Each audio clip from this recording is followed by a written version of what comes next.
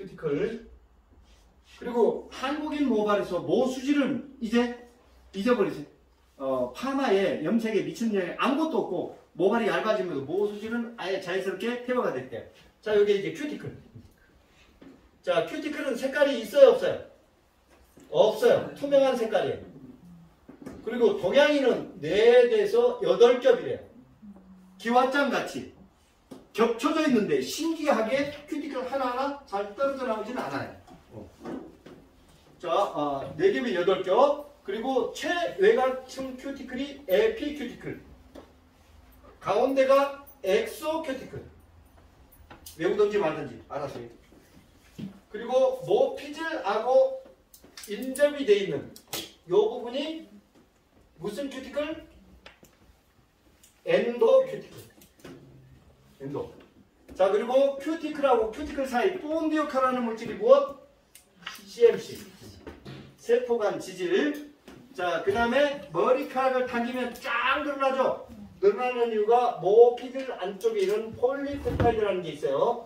18개 아미노산이 용수철 같이 이렇게 결합하고 있는 거. 그래서 머리카락을 당기면 쭉 당겨놨다 타고 원래 상태로 돌아오는 이유가 이런 폴리펩타이드, 바로 이 PPT가 이렇게 생겨 있어서.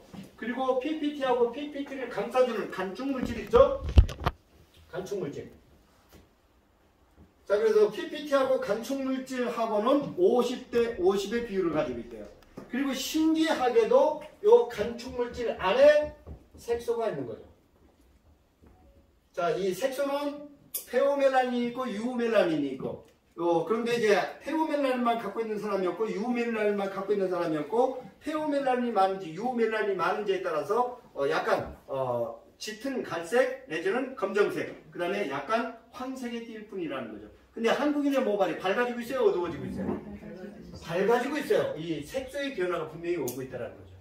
자, 그 다음에 한국인 모발이 얇아지면서 제일 먼저 퇴화가 된 건 수질이 퇴화가 돼가고 있고, 그 다음에 큐티클이 얇아지니까 가는 연모가 파마가 안 나오는 거예요.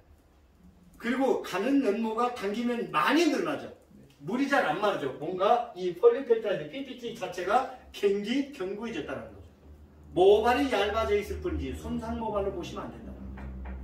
그러니까 이렇게 생겼는데 파마 약을 바르면 제일 먼저 정제수 파마 약에 배합이 된 물이 큐티클하고 큐티클 사이 CMC 층을 타고 엔도 큐티클이 자기 부피만큼 수분을 흡수를 해버려요. 그죠? 그러면 수분을 흡수하면 모발이 부풀겠죠? 부풀면 큐티클이 좀 더 열리겠잖아요. 그 사이에 알칼리가 침투해서, 그러니까 제일 중요한 게 제일 먼저 파마약을 바르면 정제수가 큐티클하고 큐티클 사이 CMC 층을 타고 엔도 큐티클이 자기 부피만큼 수분을 흡수를 한다는 거죠. 그러면 모발이 약간 부풀나겠죠? 네. 그 사이에 이제 알칼리가 침투해서 음연을 발생하는 거죠. 음연을 발생을 시켜서 모발 전체로 확 부풀려 버리는 거죠. 그 사이에 환원제가 침투해서 SSK압을 절단시켜주는 거죠. 결국은 물이 모발 전체를 부풀리고 알칼리가 음연을 발생시켜서 모발 전체를 부풀리고, 왜? 환원제, 치오, 시스테인, 시스테아민이 침투할 수 있는 길을 물이 알칼리가 열어준 겁니다. 이게 일반 펌약이든 열펌약이든 약이 하는 역할은 동일하단 말이에요. 그런데 제가 왜 펌제 도포할 때는 반드시 샴푸해라. 그런데 샴푸하라고 했더니 미용사들은 여기서 또 그럼 산성 샴푸가 좋죠? 그래요. 이 샴푸가 제일 좋다고 그랬어요. 어떤 샴푸? 그죠? 그런데 웃긴 건 샴푸의 본질은 뭐죠? 때를 떼는 거잖아요. 때를 떼내고 나면 매끄러워져요? 거칠어져요? 그런데 그 매끄러워지기를 원하고 있어요. 그럼 샴푸에서 매끄러워지는 건 뭘까? 계면활성제가 아니에요. 음이온 계면활성제. 그러니까 뭔가 지금 좋은 샴푸에 대한 기준이 달라졌다니까요. 찌든 때에 있는데 거기에 산성 샴푸 쓰는 사람이 제일 미련한 사람이고, 또 굉장히 탈색해서 모발이 힘이 없는데 거기다 또 MSP 쓰는 사람이 또 나쁜 사람이죠. 그럼 가장 좋은 샴푸는 모발에 맞는. 근데 우리는 산성 샴푸는 좋은 샴푸, 알칼리 샴푸. 그러니까 아예 요즘 알칼리, 특히 알칼리보다 더 중요한 건 그 안에 음이온 계면활성제가 들어가 있는. 음이온 계면활성제의 시초가 뭐라 그랬죠? 잿물. 맞죠? 잿물. 근데 이 잿물이 서양에서 들어왔어. 그러니까 뭐라고요? 양잿물. 이거의 기본이란 말이에요. 그러니까 이 양잿물이 때가 많이 예전에 우리가 샴푸를 하다 보면 유난히 눈이 따가운 샴푸들이죠. 그 뭐예요? 때는 잘 가거든요. 이게 많이 들어있었던 거죠. 근데 이게 피부 자극하고 눈이 따가울 수 있더라고요.